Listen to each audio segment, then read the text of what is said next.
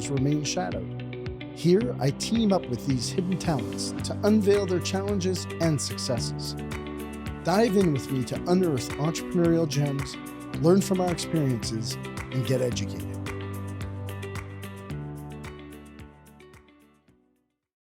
Hey, everybody. Dwayne Kerrigan here from Business of Doing Business podcast. Thanks for tuning in.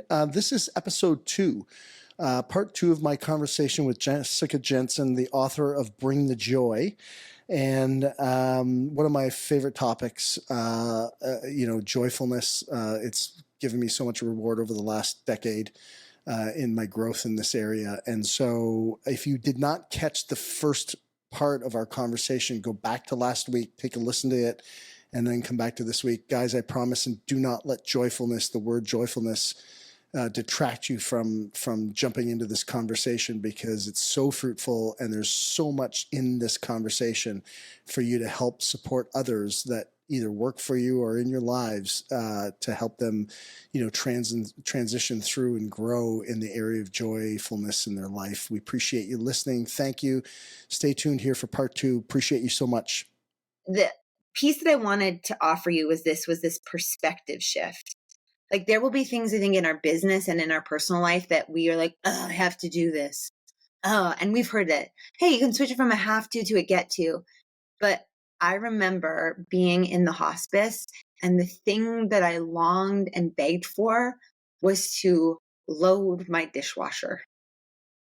I just wanted my cutlery. I wanted my coffee mug. I wanted to be in my own kitchen and to load the dishwasher. And there are moments when you're loading the dishwasher for the 3rd time in a day and you're like, I have to load this again. Oh, more dishes. And I snap back to the moment when I was living in a hospice, waiting, wondering how many more breaths like my son would have. And I was like, all I wanted was Cheerios on the floor and to load the dishwasher again. And so these small things that feel like, oh, this again. Oh, it's like, man, someone's praying for that blessing. Someone is praying for that moment in time that your crazy burden is their blessing. So lean on in. I'm like, and I go there. I'm like, oh, the dishwasher guy. I'm like, no, you wanted this moment. This moment is now. Do it with joy. Have some fun. Got loaded wrong and you're going to have to wash some of these because there's caked on cheese. But man, you get to, and I'm here and I'm healthy and my kids are healthy. So I ain't going to complain. Because someone in the hospital, I live 5 minutes from the children's hospital. There would be anyone in any one of those units that would give anything to have the problems that I have in my business, personal, professional.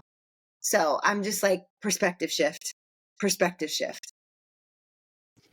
I love that. And as you were telling the story, I wrote the word purpose on my iPad here in front of me. And I can't help but think that there's an exploration here for us, to share for the audience that because, and what, it's like, you had, to the 2 things I heard that made me think about purpose was, you said, I have to do this. Like in business, there's always things, I got to do this, I got to do that. I got to take the kids to the soccer game. I got to run. I hear that so many times. Oh my God, I got to take the kids to hockey. Holy shit. Or whatever it is. And then while you're, listening to you say, I just wanted to load the dishwasher, which, most people would think that's such a weird thought. But the reason why I bring this up is because we find certainty in some of the smallest things. And that certainty is what gives us purpose. And I think we do. I'm not saying I'm right on this, but my thinking is that we do a massive disservice to tell people, you got to have a purpose. And if you find your purpose, then you'll be, but when I speak to young people, they don't understand what that means. They don't understand what purpose means. And to me, you just so simplified it. When you were talking about your son peeing all over with all the bathroom, it's probably on the walls, for God's sakes, right? But when you're doing that, there's purpose in every single thing we do. Actually, I'll just share the story, and because it happened yesterday. But we were traveling back from a conference, and one of the things I try to do when I travel through an airport is I have there's these moments of engagement with people that I'm not gonna get in a normal day. Sorry, what's that? So you're not flashing to your phone the whole time like this, where you're just No. Yeah. Okay. No, Great. what I try to do is like every time I walk onto a plane, walk off a plane, I'm interacting with the travel agent or the person working at the loading area in the plane. It's like I really try to find a way to connect. Whether it's by a touch on the shoulder, or by asking how do I pronounce your name. Thank you for your generosity, your kindness, for helping us. All that stuff, because those people get shit on all day long.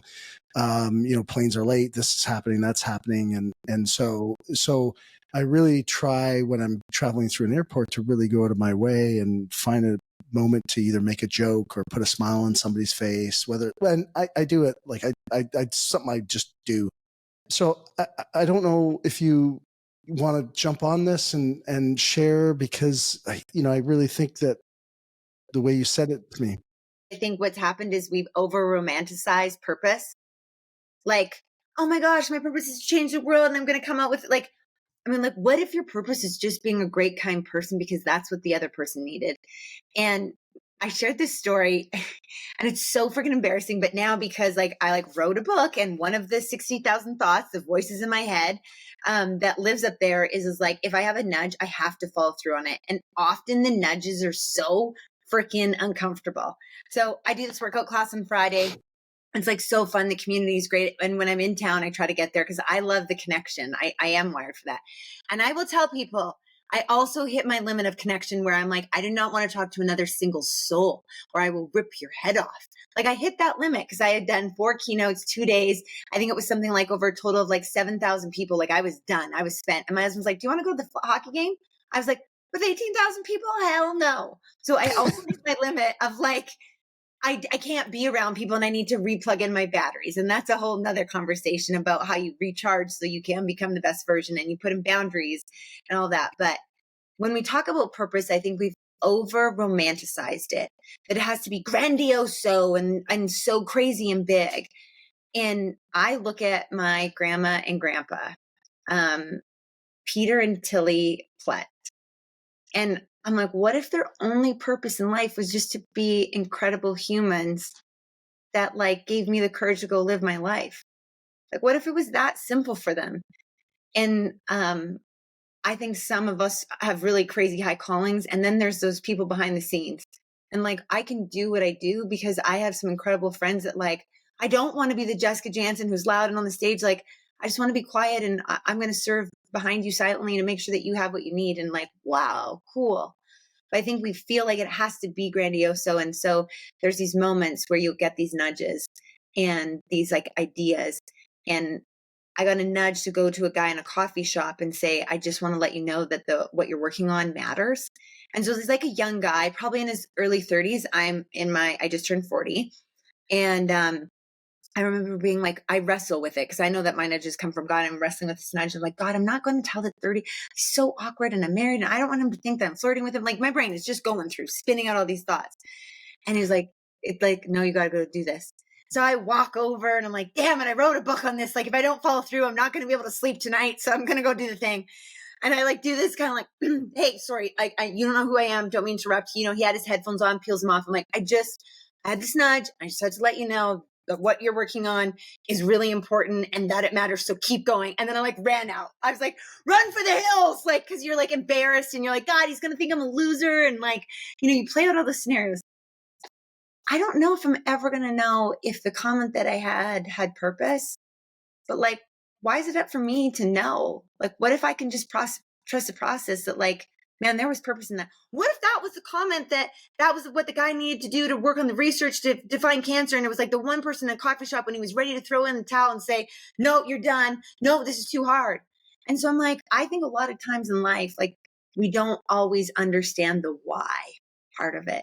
And I think it's okay. And if you can learn to radically accept that, it'll give you the fuel to just like take some action on some things and then just to trust the process. I don't know if I'll ever see that guy. No idea what he was working on. Dear God, I hope it's something powerful and good. Maybe he's working on his marriage. Maybe he's working on, freaking research paper. I don't know. But I'm going to trust that there's purpose in it, even if I don't get to see it in my lifetime. Yeah, that's a beautiful thing. I mean, that's the universe working for people. And so while we're on the topic of nudging, because it was one thing I was going to actually ask you was, do you want to share this the concept of nudges and how they come to you and what that looks like is, you reference it, so in your book. And so, I mean, I think it's no surprise. And I mean, this is the new thing. If you would have met me, 20 years ago, 18 years ago, my nickname was the Jesus Police. And now I'm like, fuck this, fuck that. And I swear a lot. And my therapist is like, she's like, you can still, like, it doesn't make you a bad human. She's like, it's the only word in the English dictionary that sometimes defines what we're walking through. Cause like, I am walking through, and again, another incredible book. I always keep this close to my desk because I'm not this smart, but there's some smart people. If you are in business, if you personally, professionally, go get Atlas of the Heart by Brene Brown. This is basically like an encyclopedia and a dictionary and an incredible, it talks about loneliness and belonging and tranquility and peace. And one of my favorite things was I started reading a little bit about like what hurt and all that meant. And I talks about spiraling up towards joy. I talk about that. It talks about like sorrow and sadness. And I'm just not walking through sadness. Some days I'm walking through anguish. Like I lost my kid. Like I remember the day that I was like, I'm supposed to bring him to grade 1 and I don't get to do that. That's hard stuff. Like my heart is still hard and it'll never go away. But I'm also going to not let my heart harden me. I'm not going to let it be the thing that like stops me from being the best and full of life and living on purpose, whatever that looks like. So this is an incredible resource and tool, Atlas of the Heart by Brene Brown. I can't recommend it enough. I just bought that copy for somebody. But in this book that I wrote about, and to circle this back, because y'all, I took you on a real big circle, but I say fuck a lot and I love Jesus and I go to church. And, if people are going to call me not Christian enough or to whatever, I believe in a God that is a God full of grace and a God full of love. And he asks 2 things of us, to love him and to love other people. And that's my faith. And people can come at me in whatever way they want, but wrestling what I've wrestled with and knowing what I know, I'm so grateful for a hope in heaven, like I said earlier, and for I'm a God of love, that it's not about all these crazy things. Like he can see me at my worst and he still loves me. And that when people aren't feeling worthy or seen, it's like incredible to have a heavenly Father that sees you as that. And so for me, I attribute my nudges to God. God, like just prodding me in the right direction. And God gave us free will. So like when people are like, why is shit happening? I'm like, because we have free will and we're not just freaking robots, like playing in a computer game where we're like, you walk 5 feet, do this thing. Like he gave us free will. So yeah, some of our life is a shit show and some of the world is a shit show. If people got their shit together, we wouldn't be like that. But we're human and we make mistakes. And so in my book, I say you might get your nudges from Aunt Zelda or the universe, or you can do whatever. But I think you will have these whispers. I will think you have knocks. I think you will have tugs. For me, like I hear a very audible voice. And it's uncomfortable some days. It's uncomfortable when you're like kind of tuned into that. But I stopped fighting the voices and I'll quiet myself and I'll wrestle with them. But I think everybody gets them. I think it's just like how fast are you moving that you might miss some of them. And I move at a very fast pace. And so I probably have missed a few, maybe a few really important ones, but about slowing down and listening for those whispers. And it will just start with like, hold the door open for the lady at the grocery store. Like ask that person if you can carry their groceries for them. Like those little things seem so stupid, or we're so busy. I'm just running to this thing and I don't have time and da-da. And like, man, what if you were just a person? Like I love holding open door for like an entry into someone. I'm like, welcome, come on in. And people are like, do you work here? I was like, no, but I just want you to know that you're welcome here. Like those little moments bring me joy because people are like, what? And people are like, what are you on? I was like, no, I just want people to know that they can have a great day because today's a great day to have a great day. And so there's like these little things that we can do and they matter. And I think because I've been consistent in the little things, those small disciplines have made great, great gains for joy. I would offer this to anyone in business, and I share this in my keynote, and I finally started to understand it, but I think we're so focused on immediacy because of these amazing brands like Amazon Prime that can have freaking gluten-free crackers here next day, or you forget something for a kid's project or need something for a trip and you can, some places you're getting it 2 hours later. I get mad at Jeff Bezos if it shows up like in 23. I'm like, what do you mean it wasn't here by 9? You know what I mean? Like Instacart, you can have chocolate chips if you're making cookies with your kids, and you can have chocolate chips delivered in an hour, and you don't even have to leave the comfort of your home. And so we're in a world where we're looking at people's highlight reels on like Instagram and on social and seeing, and like we're forgetting about the consistency thing. And often I would be like, oh, it's not meant to be, or oh, I guess it's not going to work out, or oh, it'll always be this way. And if we stop focusing on immediacy and it happening right now and it getting there and it just being done and perfect, and we could move into like, what if I just stay consistent? I've been selling copies of this damn book out of my garage. I sent off a proposal, 80 pages. I've gotten no about 10, 11 times. And I'll go in spurts where I'm like, I'm going to get a publishing deal and someone's going to do. And then because it hasn't happened, I give up and I stop working on it. And this is the reminder that if you have big goals, big dreams and ideas, that just because it doesn't happen in the timeline that you want it to happen, doesn't mean that you quit on the goal.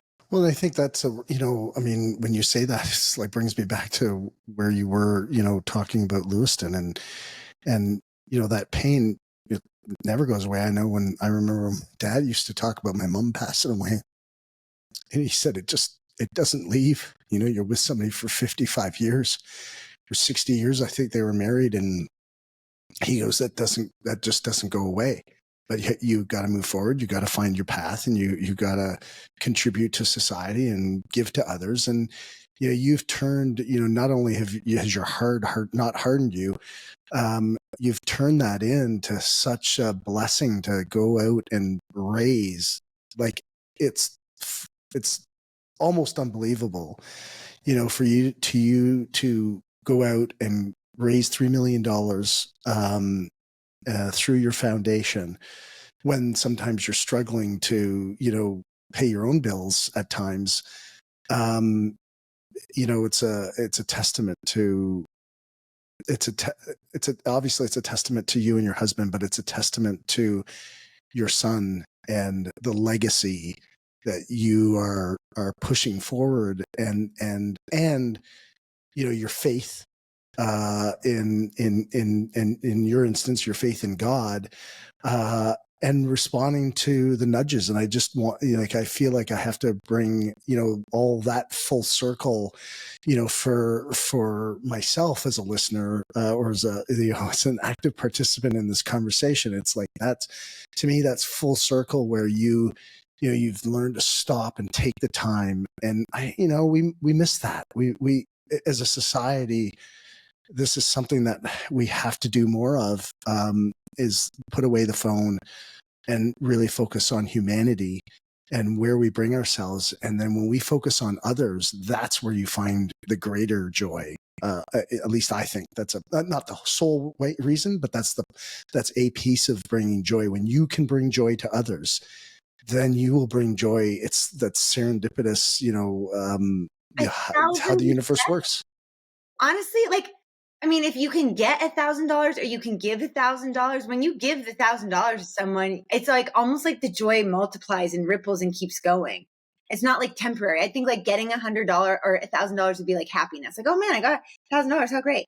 But you want to experience joy, give the $1,000 and then like watch it. Yeah, that's beautiful.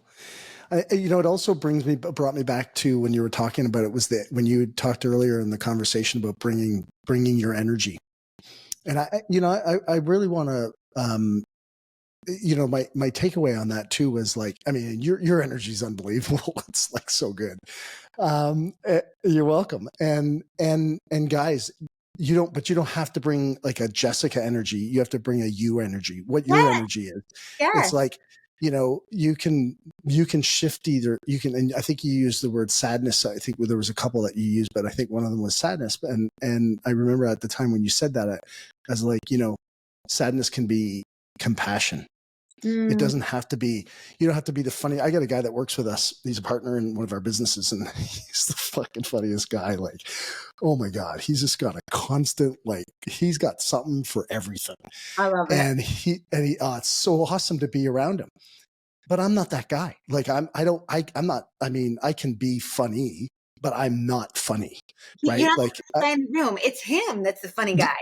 Right. He's just like, and you just like let it go, and I get to share in the joyfulness of it, and be involved in it because it makes me more funny, and you know what I mean. And so, but I'm not that guy, and I don't need to be him.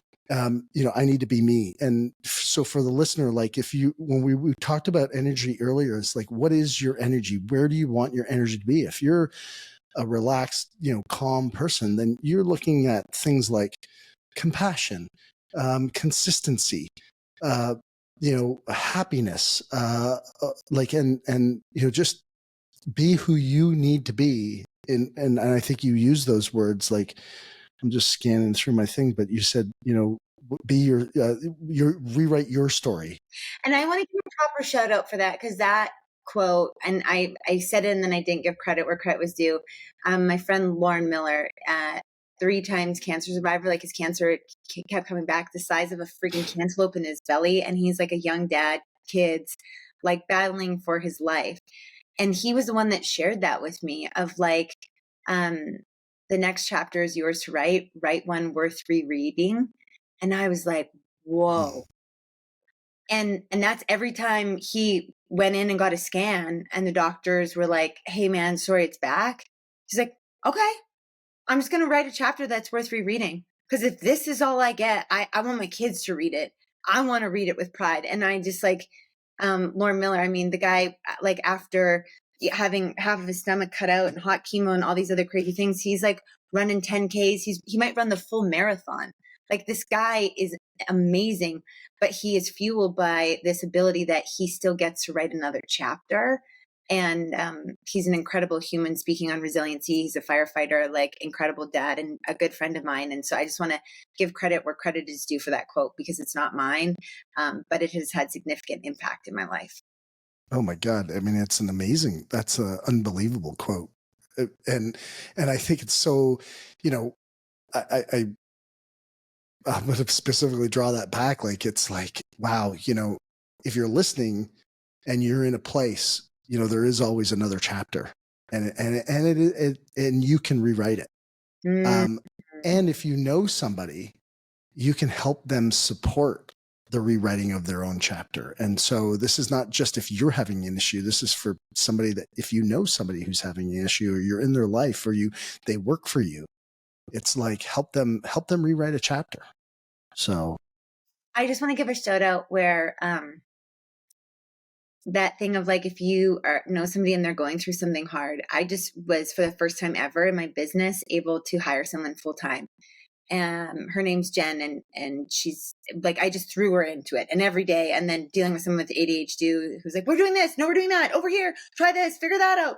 Like poor lady, I'm like, I'm surprised I haven't scared her off yet. I was like, please be in this for the long haul, please be in this for the long haul.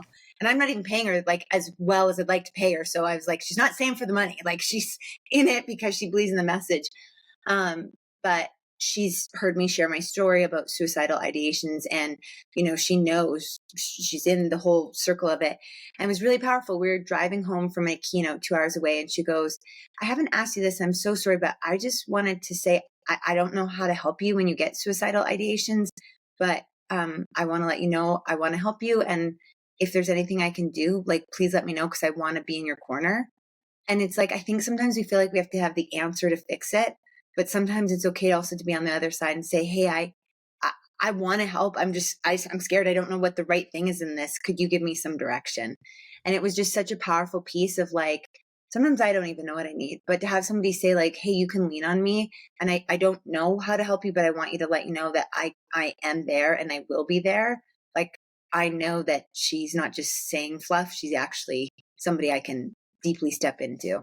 So if you are experiencing that with friends and they're going through hard stuff, just let them know, remind them, hey, I'm in your corner. If you need to lean on me, please do. Like, I'm here and I love you and I see you. Like, what if you just sent that text today? yeah, and sometimes that's all people need, is just that knowing that somebody cares about them in that moment. Um, because unfortunately, that's like, you know, you said it earlier, like we now, and on the other side, that, you know, when people decide to commit suicide, it is usually, you know, something that is, you know, they trigger it and then they go out and execute it, and something they may have planned it ahead of time, but not done it, and planned it and not done it, planned it, not done it. But then there's one thing that, boom, you know, makes them kind of step into the action of it. And so if you happen to be, you know, that's why it's like so important to treat everybody with love and grace and respect, and because you just never know. You just never, ever, ever know. It does kind of, I did want to circle back to something about like you raised the topic and I circled it on my sheet, which was recharging the battery. Mm-hmm. Because I think that's such an important piece, and not necessarily I don't even think we've actually really talked about it on the podcast, of like what people's strategies are of recharging the battery, and how that, you know, helps you and your brain as well. Like, can you just kind of like share a little bit about either your strategies or recommendations that you can give? And yeah, I love this question. I mean, this is part of, I'm writing a second book, which I'm like, I'm going to get publisher and I'm going to become a New York Times bestseller. I mean, I'm going on 7 years of it not happening. And I'm like, doesn't mean it's not happening yet. And part of this is sharing this, because there's been so many like learnings and aha moments where it's like, gosh, I wish I would have known this sooner. And then now sometimes I'm under the assumption that everybody knows this. And I'm like, oh, wait, 8 billion people on the planet, and not everyone has access to some of these tools or taken the time. So, this was a really powerful piece for me, was understanding about how I needed to recharge and understanding my blueprint. Like, your blueprint is going to look different from mine. And so I've done a bunch of work in this. So the first thing I'll say is for recharging batteries is I look at your overall health. Like, without your health, you got nothing. So that is why I'm very passionate about eating healthy and working out. And I still will have a glass of wine, or I still might eat a piece of chocolate cake. My favorite, give me some apple pie. I might down a whole pie to myself. Now, is that healthy? Probably not. I mean, there is some fruit in there, but there's this piece of like, how do we take the best care of like what we're gifted with? And I look at overall health into 4 categories. And so spiritual and emotional health.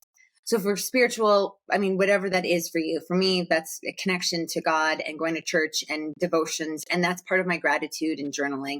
Then there's this emotional health again that goes into like journaling. I'll journal out the crazy thoughts so I don't let them stay trapped rent free in my head. Like, can't, because like they're just zinging. And sometimes I call a girlfriend and just be like, I just need to vent. And they say all you need is 8 minutes to get through some of the crazy. Simon Sinek has this. It's a beautiful thing. And I will share about this because I think it's such an unlock for people. When we're going through hard things, like we feel like we can't get through it, or it's so heavy, or how are we going to navigate this? And the research and the data that Simon Sinek said is all you need is 8 friends. And he had a friend that was going through something, and, you know, he was so busy doing stuff. And he's like, why didn't you reach out? And she's like, oh, I did, but it just wasn't clear. But they now have a code word between them that she goes, I need 8 minutes. And like, meaning like, hey, I'm not okay. And I just need you to hold some space for me. And it's like, you don't have to fix the problem, but if you have a close person that you love and trust and can hold space for you, and you can just verbally vent out like where you're struggling, sometimes all you need is 8 minutes to shift your perspective and to get you in a different mindset and to find that momentum. And so that emotional piece of not letting stuff trapped inside of you, I always say, and I mean, this happens to me every year, a good piece of like going at way too crazy of a pace. Every year I get some insane rash on my body when we host one of our biggest fundraisers. I'm just like, cortisol levels are high, stress levels are high, like you're operating late nights, I'm not getting the sleep, I'm eating friggin' Uber Eats for the 9th time that week, like, and I will get some insano rash, bruises all over. At one point, my girlfriend thought I had leukemia because she's like, this isn't normal. I mean, this was just unprocessed emotion that my body was like, can you slow down? Can you pump the brakes? Can you take a deep breath? I believe in therapy. I have a coach, and the coach is for my future. The coach is for like, what's the next play? But my therapist is helping me deal with the past. And it's like such a powerful piece. She's trained, she's licensed. She is an encourager. And it took me a few therapists, because I had one therapist that kept saying, I think you're just trying to keep up with the Joneses. And I was like, no, I drive a vehicle with a freaking tape deck in it. I am not trying to keep up with the Joneses. I'm like, this is in real time. Like this literally, we still have this vehicle. It has a tape deck in it, 360,000 kilometers. I'm like, my issue is not that. So like, if you try therapy and it doesn't work, maybe you too need to test drive some therapists. And again, I don't think you're ever going to find a perfect therapist, but find somebody who understands your wiring and who will see the best in you and try and pull out the best in you. And that piece of like having a safe place to land and to process some of the thoughts that are living rent free that are driving me crazy, having that safe place. Because sometimes it can't be my husband, or sometimes it can't be your best friend. Sometimes it needs to be a therapist who is trained and will tell you to get off the triangle of drama and that you're trying to be a rescuer, all these crazy things. She has this binder, and as a friend, do I get a sheet from the binder? Like, do I get a sheet from the binder? And so having a safe place is critical.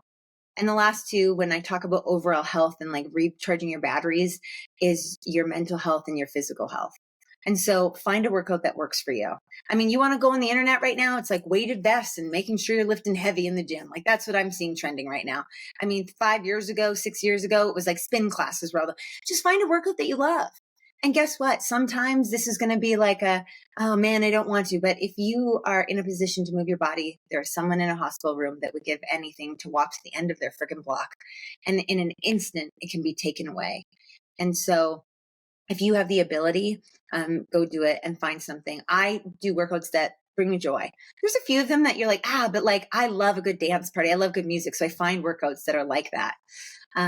And I go back to the brain health piece, but this is everything that you consume. And if my brain is consuming 25 to 30% of what I consume, I have started to become very aware and self-conscious of what I eat, how much I eat of it, and what that looks like. And I share this part because I think there's zero shame in it. But after all three kids, I couldn't lose the weight after my third and final. And I was fortunate to partner up with an amazing clinic in Calgary, and they did hormone testing on me. I wore a constant glucose monitor and I couldn't lose the weight. I was working out religiously. I was infrared sauna. I was red light therapy, and I lost maybe 5 to 6 pounds, and it was like not coming off. And I used medication to lose weight. And now I'm on a maintenance dose, and I had a ton of shame about it 4 years ago. I lost some of my closest friends, and people had opinions. And what I will say is that it unlocked another level of confidence and in freedom in myself. And so part for me was like getting my health in check. And you can go crazy on medication for weight loss. Like I could easily lose another 20 pounds. I had started losing weight. I was like, you know what? I just want to take out the food noise. I just want to be the best version. And I don't want my knees and hips to hurt, when I go outside for a walk or a run. And so I just encourage people that like, you're not going to like get your health in check. For me to feel like at my best, it was probably like from start to finish a 2 to 3 year journey. And it was, again, just these small choices of like what I'm doing, how I'm doing it. And there will always be an excuse. There'll always be like, I don't have the money, I don't have the time, but that is just a choice. And so because what I do is so interactive with people, and because the one thing I am in control of, I can't control what happens. I can't control the audience. I can't control who's going to be there. I can't control traffic, like all of those things. I am in control of me and my response to whatever hard thing will be what I'm walking through. And to be able to do it well, it means that I'm in the best spot from my health. And so I focus on those 4 areas, and I'm not perfect. Like I said, last week, I literally ate at a Wendy's drive-thru a burger patty and fries was my dinner. And I didn't work out for a week. And it affected me.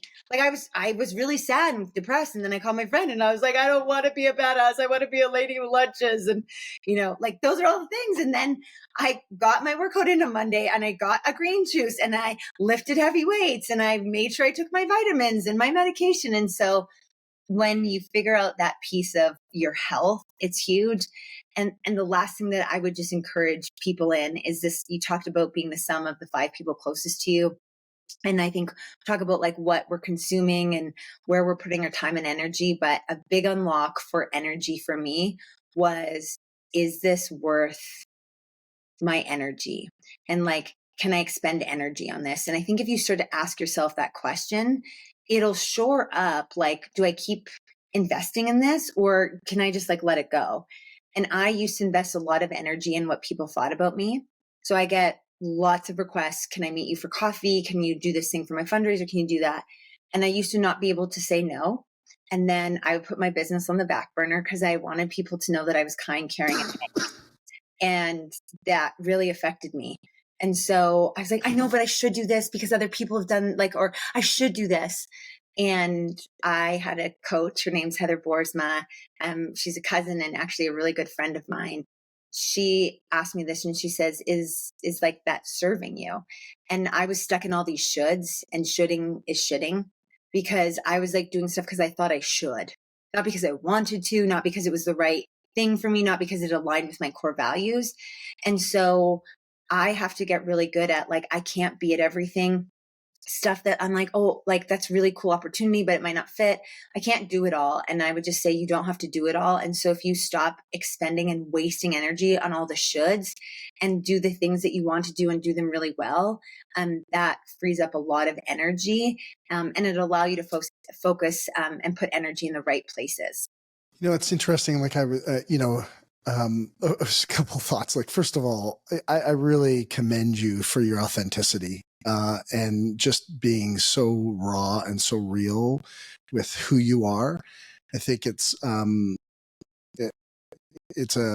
refreshing to hear somebody just, be so truthful and so transparent about their experiences. And I think the big thing that hit me is that the world tells us something. The universe presents to us the information that we need. And so often we want to push it away because it might be painful or it might be hurt or whatever, or we have this judgment upon ourselves, and we don't listen. And then, the universe just keeps hitting harder until you get the lesson. And so I love that. I love that you are just really kind of aware of these things. And I think it's a great example for others. And I wanted to say that. I also, kind of had a thought there as you were talking, which was, all the things that, and this is like the curse of the entrepreneur, is that this whole piece about like, oh, I got to do this, I got to do that, and it's just like you can't say no, and you've got these obligations, and you've got, and oftentimes what shows up is control issues, right? Where you want to do it because nobody does it as good as you do, and so it's an important piece for people to realize that, for their own mental health, and when I say mental health, for your strength, for your mental strength, for your fortitude, for your ability to be able to, process and move forward and be able to accept more things is being able to just either say no or talk out your situation. Keeping it in isn't going to help anybody, and it never solves the problem. And running away from the rash on your body. What's that? It'll show up in a weird rash on your body. That's what happens to me. Right, 100%. And people go, "Oh, what's going on with that? Why am I? Why am I?" Or it shows up as wrinkles. You start aging faster than you need to age, and so. And stress and then you're taking it out on people. So there's so many things, but if you're not speaking your truth, if you will, and just, putting it out there so that, oftentimes people have these problems, but, problems are just solutions you haven't come up with yet. Like, you just haven't found a solution to something yet. It's not a problem. It's just something to be solved. And a lot of times you solve problems by talking them out with people, and they may not even say anything. Like, I can't tell you how many times for me, like, my personal experience on that is just like, I'll call up one of my peer groups and just sound some stuff out. And I pretty much most of the time answer my own question because I can hear myself speaking. And it's like, oh, okay, wait, now I'm, it's not the advice necessarily that I get. Sometimes the advice is amazing, but sometimes it's just simply hearing myself speak and then hearing it out loud rather than me repeating it quietly in my mind because I don't want to share it with somebody, and then going nuts. And you would use that phrase. What is it? I'm not the thinker of my thoughts. It's like, it is so true. And 96% of the problems I've ever had in my life never actually came true. They never actually happened. I just created them. Yeah, and the brain doesn't know the difference between reality and like what we're just thinking. And so like when you unlock that, but our brain will play out always like worst case scenario because our brain's wired to keep us safe. So like what a beautiful thing. But it also can act against us because we don't take action out of fear or action out of anxiety because we're like, what if it doesn't work out? What will people think? Or all of these things. And um it's crazy because a lot of thoughts are the reason that we don't take action and get the change that we want. Yeah, it's interesting. So there's been so many studies done, and I'm sure many people see this, but maybe they don't internalize it. But your comment about that is like, your mind does not know the difference between something that you visualize or you've actually done.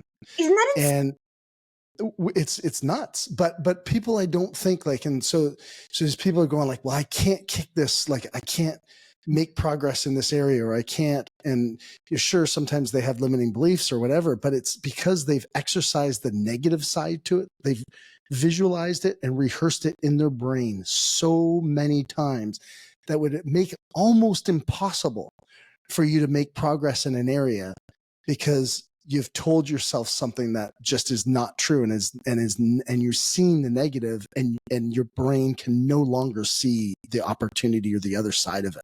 No, it's so powerful. So, I mean, just as you said that this is my next recommendation, Mind Magic by Dr. James Doty. I think he's a Stanford professor. He wrote a book, Into the Magic Shop, but this is the neuroscience of manifestation and how it changes everything. And when I grew up, the word manifestation was woohooey. Like I grew up in this like Christian Mennonite home, and like it's like that was woohoo. I love my parents; they're so cool. But now like the neuroscience behind it, I'm like, and he talks about energy and like shifting your energy into a state of that, like it's possible and it's happening. Because like you walk into a room and you see people's energy, it really does have that effect on you. And so I just love like this book was like a very practical guide. He actually does a 6-week like takeaway at the back of the book. It's also a great listen on Audible, but I was just like fascinated by how he shows you how to do it. And it's not in this complicated, like sit in a Zen room and like you have to let your mind be still for 5 hours. It was like, here, it's a little bit about energy and vibration. And here's the thoughts you need to think. And I was just like, hot dang. And he lost everything. Like his story's insane. He lost everything and had to rebuild it up. So you want a good read, business. so was it James Dory? Is that who it is? Yeah. Dr. James Doty, Doty. It's called Mind Magic. Mind Magic by Dr. James Doty. Well, guys, all these books will be in the show notes.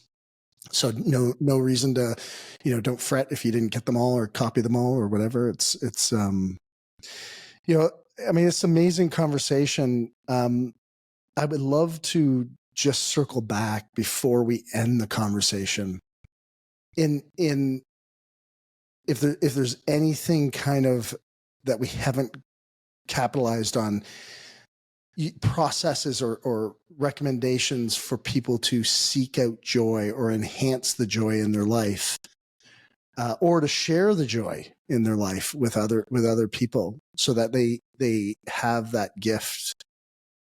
I wish that I had like the Jessica Janzen framework, or like the methodology. I just was applying for some self-publishing stuff for this next book. Say, I really want to go and make this happen. And they were like, tell us about and I'm like, man, it isn't a methodology. I think it's like these micro decisions that we have throughout the day that will impact how you can access and bring joy to anything. And there isn't like a silver bullet. There isn't like a 5-step method, although I wish there was. I think it's just like being so aware. And you talked about this about like, if you haven't solved the problem, it doesn't mean it's not possible. But I have made such great peace that like, I'm an expert in joy. And there are days when I don't feel joyful. There are days when I want to throw in the towel. There are days that I want to quit. But now what I have shifted is that it doesn't mean it's not happening. It's just a not yet.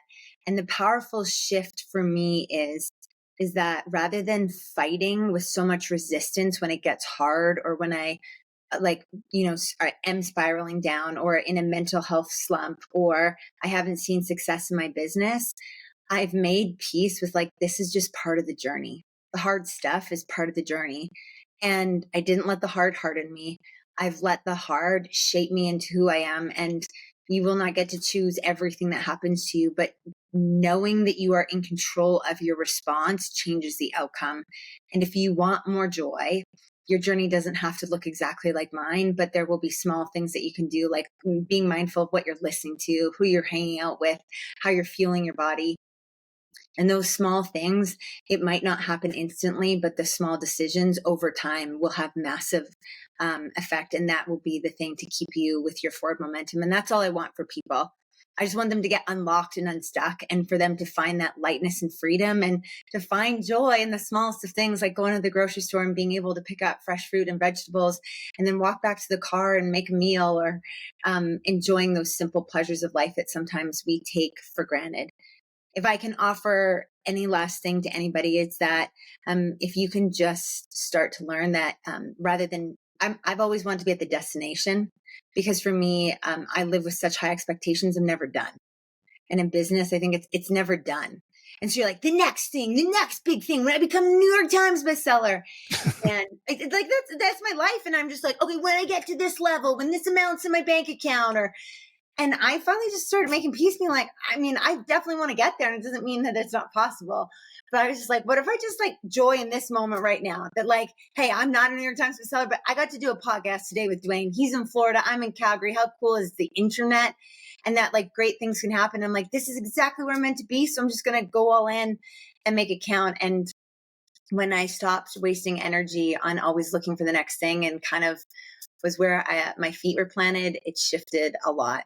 And so be present, trust that where your feet are right now. And if you don't like where they are, then make some changes, because this is a blessing. I always say this: if you put a hand on your heart, hand on your belly, and you take in a deep breath, and you can feel your heart beating. For me, that's the reminder that I am far from done, and I don't need to have it perfect. I just need to keep going. It's amazing. Like, you say that there's not, a step-by-step, 5-step process, but it's interesting because, as you were talking, I was thinking about, how I would actually answer my own question. And you answered so many of the things that I would have said the same. Is like, like, I got offered up a shit sandwich yesterday, and it's going to impact my life in the near term, like, pretty significantly. It's going to make my life extremely inconvenient. And so there wasn't a lot of joy in it. Mm-hmm. But there was, but here's what, like, I found myself, so you talked about breathing, putting your hand on your stomach and hand on your heart, which I think is an amazing tool, guys. But for me, one of the first things I do is I breathe into where I am, like, into my centeredness of my core. And so I use breath work as a way to, take in, just the physiology of taking extra oxygen in, taking deep breaths, and just going. And then I'm just kind of sharing a couple of things that I do. And the first one is like, I changed my primary question, a long time ago. I've changed it a few times, 3 times in my life. But when I wanted to, so I've told this story on the, so I'm not going to make it long. I'll just make the comment. I said to my mastermind group one time, like, one of the guys in our mastermind group was doing a lot of meditating, really focusing on joy. And he was explaining his process and all that shit. And I was like, I need more fucking joy in my life. And, I was like angry about wanting more joy in my life, which is, the opposite of joy. And so, but what I did was I realized, like, I'm asking myself the wrong question. Like, the question that I need to be consistently asking myself is, where's the joy in this? Where is the joy in this right now? And so I ask myself that question constantly. And I had to start to ask it, like, consciously, all the time, and I would write it down, and it was just ingrained it in my psychology of like, where's the joy in this? So when things happen, it's like I'm always asking the question, well, where's the joy in this? Even the bad things, the presupposition of the question is that there's joy in it. And so it's up to me to find that joy. And so that question forces me to find that joy. So like breathing and asking that question, I think, and then the other one you said that I think I completely resonate with is expectation. I walked around with so much fucking expectation on other people, that, and then, the realization, which the best, one of the best pieces of advice I ever got, and it's the only thing I've written in my office, which I've also said, I don't have very many things. I just have like 3 or 4 things that work, and I keep repeating them. So the audience probably gets sick of it, but I'm sharing it with you is just in the conversation is that I have one thing written in my office desk. There's 0. I have nothing else anywhere in my office. I have one cue card that sits at the base of my computer screen. It's written in red. It says that which you resist most in others is what you have yet to accept in yourself. And so I'll repeat it for you or for the audience, but that which you resist most in others is what you have yet to accept in yourself. And so where you're feeling resistance is an area where, you may have an opportunity to grow and accept something in yourself. And so I will use that often as a phrase because my Achilles heel or my saboteur is judgment, which comes from expectation. And so I have this high expectation. I have this high expectation on myself, but I impose it on others. That's my Achilles heel. I used to do it all the time. I don't do it near as much as I used to, like very seldom now. Because I'm just so damn conscious. I shouldn't say that. I do it, but then I reframe it because I catch it because I'm so consciously aware of it now. Mm-hmm. And so when and the premise behind this is like, if you lose expectation, right? Judgment's an emotion. When you have expectation, you can't have another emotion. And so it completely inhibits you from feeling joy or happiness or anything else. Because the human body can only feel one emotion at a time. If you think about that, it's like it's impossible for humans to feel more than one emotion. They can flip flop real fast. Yeah. Right. Yeah. Right. And so those were the kinds of things that, since we're on the conversation and this was like, I spent a lot of time. And again, like I said, it's why I wanted you to have you on the show because you talk about this and you talk about it so eloquently and you are so freaking authentic. And yeah. So if you want to respond, I'm not ending the podcast or anything, but it's. I love that because I resonate with that because my natural default setting is judgment and I don't know why. And that's one of the things I've wrestled with in therapy was, like, what's the problem with me? Like, why do I automatically go to judge people? And it like, I don't want to be that person, or I'll judge situations, or like, you can, make these, and like that comment from my therapist about being the thinker, you're not your thoughts. Cause I was like, I don't want to be a judge. She's like, you're not a judgy person. It's just a thought. And the whole thing that I've had to really work on is not to hook onto those thoughts and to not look for that evidence. And then that has brought a lot of peace. But I think when you have those unmet expectations, and for high achievers and high performers and lots of entrepreneurs, like we're always pursuing the next thing. And so I don't ever want to just settle and coast, but I also want to be where my feet are planted. And I think those are some beautiful lessons. And I wrote that down. What you resist in others is what you have to accept in yourself, or like what you're struggling with. What you resist most in others is what you have yet to accept in yourself. Yeah. But that's a crazy thought. Yeah, it's a big one. It's tough because a lot of people will be like, and I mean, I've got so many examples in my own life where it's like, I feel this resistance, and then all of a sudden I go, well, what am I not accepting? Because sometimes it's not absolutely clear. Sometimes it's like super clear. It's like, I'm being a dick, and I'm like, so for a judgment to perfect, I've used the example as like, we used to have this guy that used to come into the gym, and he was he would wear like, the purple shirts and the green shorts and the yellow hat, and it was just like he just showed up, and at the time, like, I look like I'm sponsored by Under Armour. I got all the cool shit and whatever. And so I look at the guy and I'm like, I would judge him for what he was wearing at the gym. But yeah. But that judgment was coming from my own internal resistance that I don't have. The reality is I don't have the confidence to walk in and wear that. I got to look like I'm out of a magazine. He doesn't give a shit about what he looks like, and he just shows up because that's who he is. Who's got the more powerful like force behind him? Him, not me.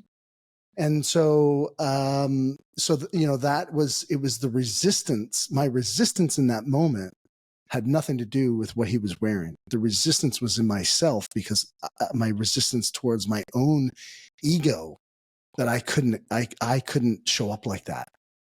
And so that would be like a pretty common example, or not common example, but it's my example of an actual real life lived thing.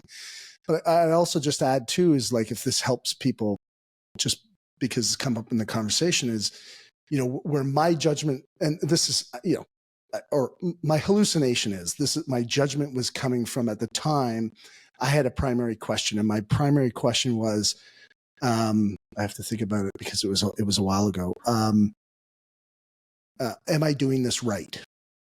So I grew up my parents were awesome. Like, yeah, no child trauma here. Like, I got super platter life where you're like, oh, it was good. Yeah. Amazing. Right.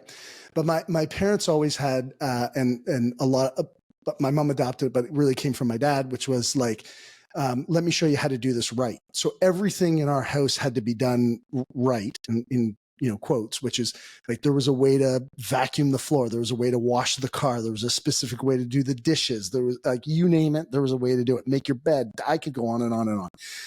And so over time, as a young kid, you grow up with this, like, okay, it's got to be done right, got to be done right, got to be done right. And I found that my primary question, that I was constantly, the question that always regurgitated in my life was, am I doing this right? Now, that question served me at super high levels, because I was always pushing to do things right. It wasn't perfection for me, but it was right. And this is where the judgment came in, it was right based on what I thought was right. Oh. And then I would reflect that onto others in a form of expectation and judgment. And if they didn't do it the way I thought it should be done, then it wasn't done right. And therefore I judged them for it. And that's where I kind of like unwound. Now, you don't have to go and, unwind that all. You just have to realize, okay, what's the question that I'm constantly asking myself on a consistent basis? And oftentimes it will lead you to, like, if judgment's your thing, or whatever it is, or if self-loathing is your thing, it's like, why am I a loser? Or why can't I do this? Or why can't, whatever. It could be just as simple as, why can't I do this? Well, you just think that if you ask that question all the time, then you just can't do this. Well, if you can't do this, you can't do anything. And then therefore you have self-loathing, right? That's how that your primary question could be developed. And it often happens when we're so young, we don't even know it got created. It could be from a traumatic incident, a car accident, or this or that, or whatever. Your safety was jeopardized, but then once you find out what your primary question is, you have the power to change that primary question and really like ingrain it. And now I've led to this place now. Like, I went from that question to, what's a powerful choice? I created the question, what's a powerful choice right now, which was a really good question for me. It was like, and powerful. I had in my mind, a visualization of what powerful meant. But then when I got to this place in my life where I recognized that, like, I have no joy. Like, I got powerful, great. I got all that shit. I got, successful businesses. I got, like, whatever bullshit, you might have, but you live through that and you don't have any joy. What's the point to that? And so then, and it's people that have the least amount of stuff will often have the most amount of joy. because they're not attaching it to like circumstances. They're attaching it to a way of being.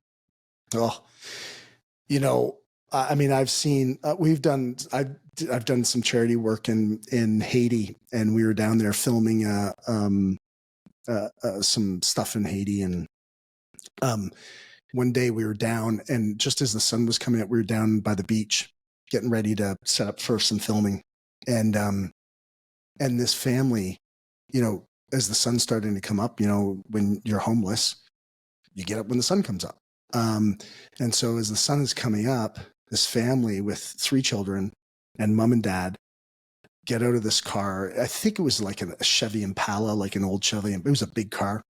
And they were using the trunk and the front seat and the back seat. And they, you know, got out, and, you know, the husband and wife were clearly super in love, and they were just sharing like joy, and their kids were running around having a great time as the sun was coming up, and they had nothing. And, you know, they were just expressing so much joyfulness.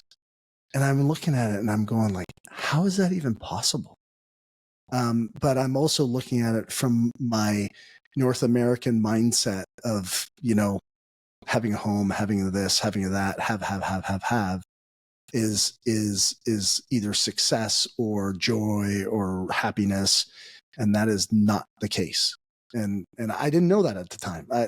You know, but I'm lucky. I'm lucky. I consider myself unbelievably lucky for many of the reasons that you have kind of put out here today. Is like, your formula is fantastic, and I hope people really listen to what you've had to say, because it is in there. There is a formula. There's a process. There's a. I don't want to break it down to say it's a system, but joyfulness is like a muscle. It's like the more and the more you give out, the more you get in return, and your heart is like expansive.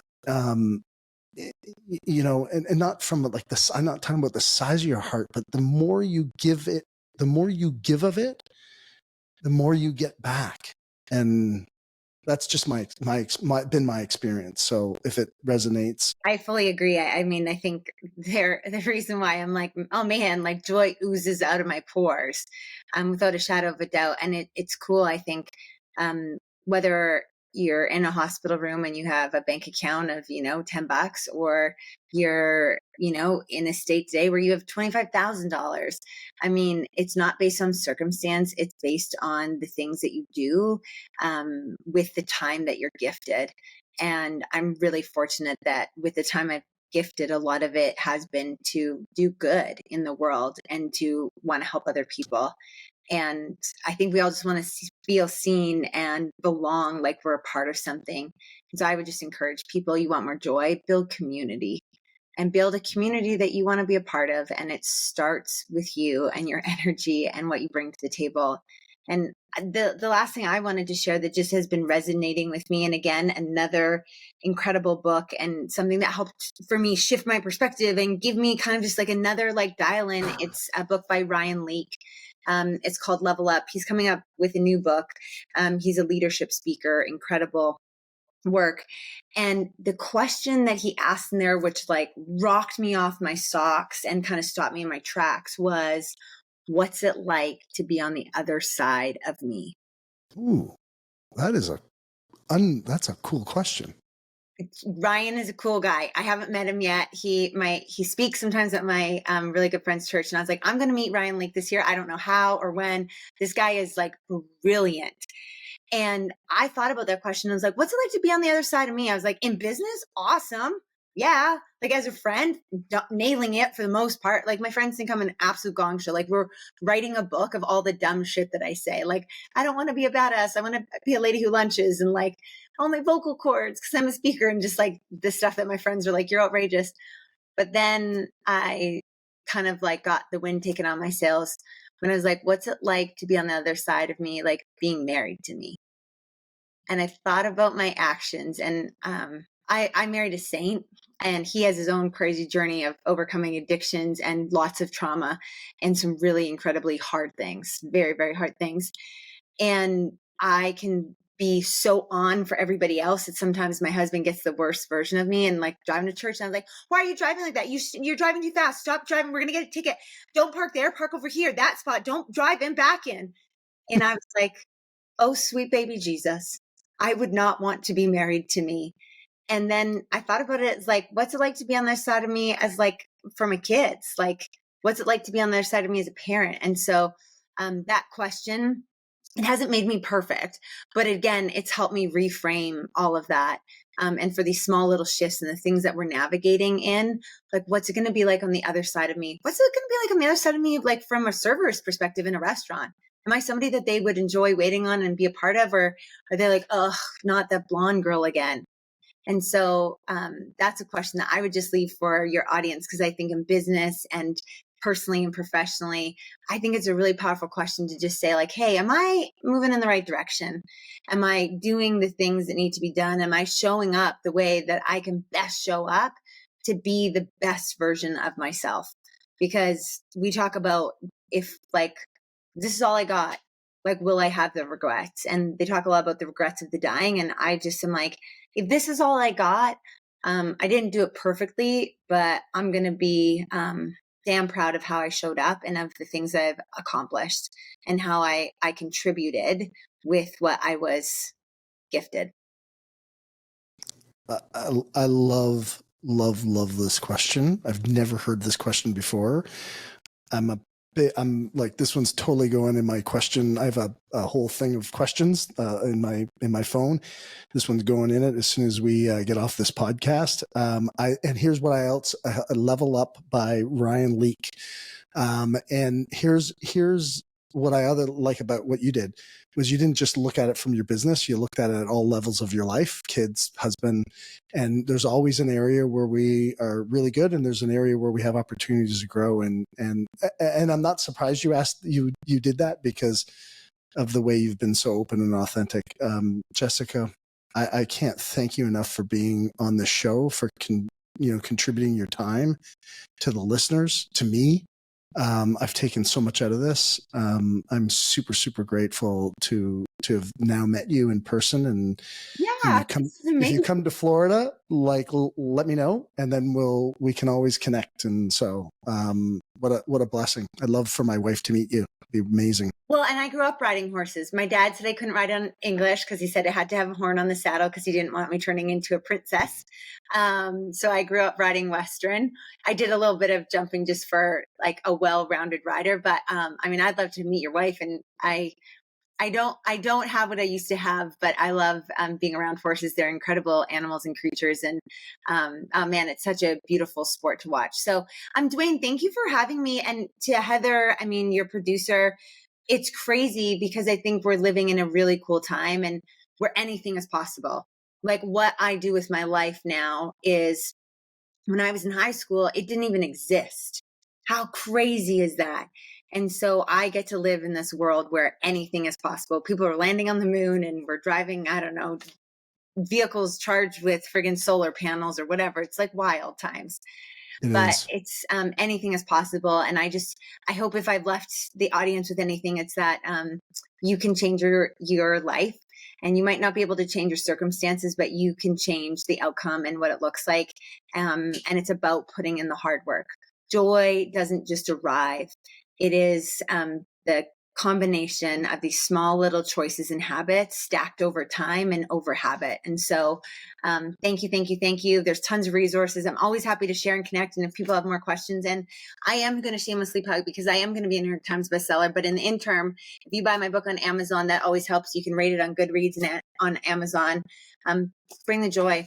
It's a great book. It's fun. It shares my romance with Hot Ronnie, and it's a memoir style. The next book I'm writing is more of these practical tools that I share about. So hopefully your audience will see that in 2026.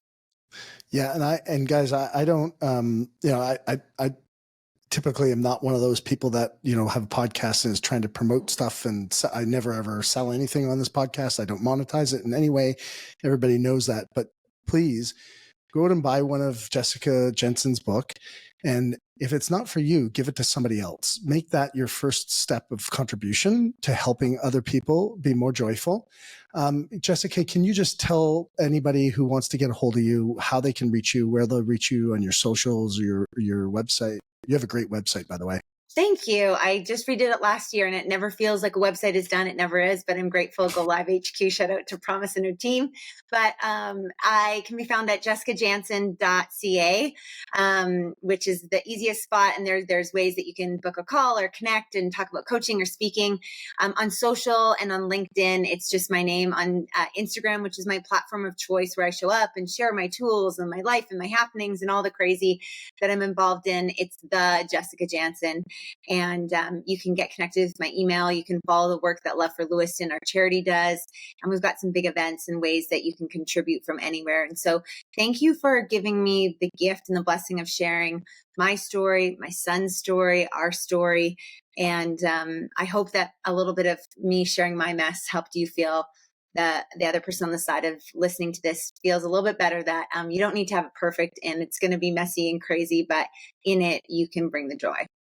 I love that message. And please, guys, go check Jessica's website out, because you also have some things there, some programs that you could, that are very, I thought, like when I was looking at the pricing, I was like, holy shit, this is really economical. And I think it looks like it brings a lot of value. So I would implore you to check out Jessica's website. Thank you so much. Please say hello to your husband for me. I will. And just, thank you for being on the show. Thank you for having me. I'm wishing you the most amazing year, and let's connect when I'm in Florida. I love it. Okay. Thanks, kiddo. Appreciate you.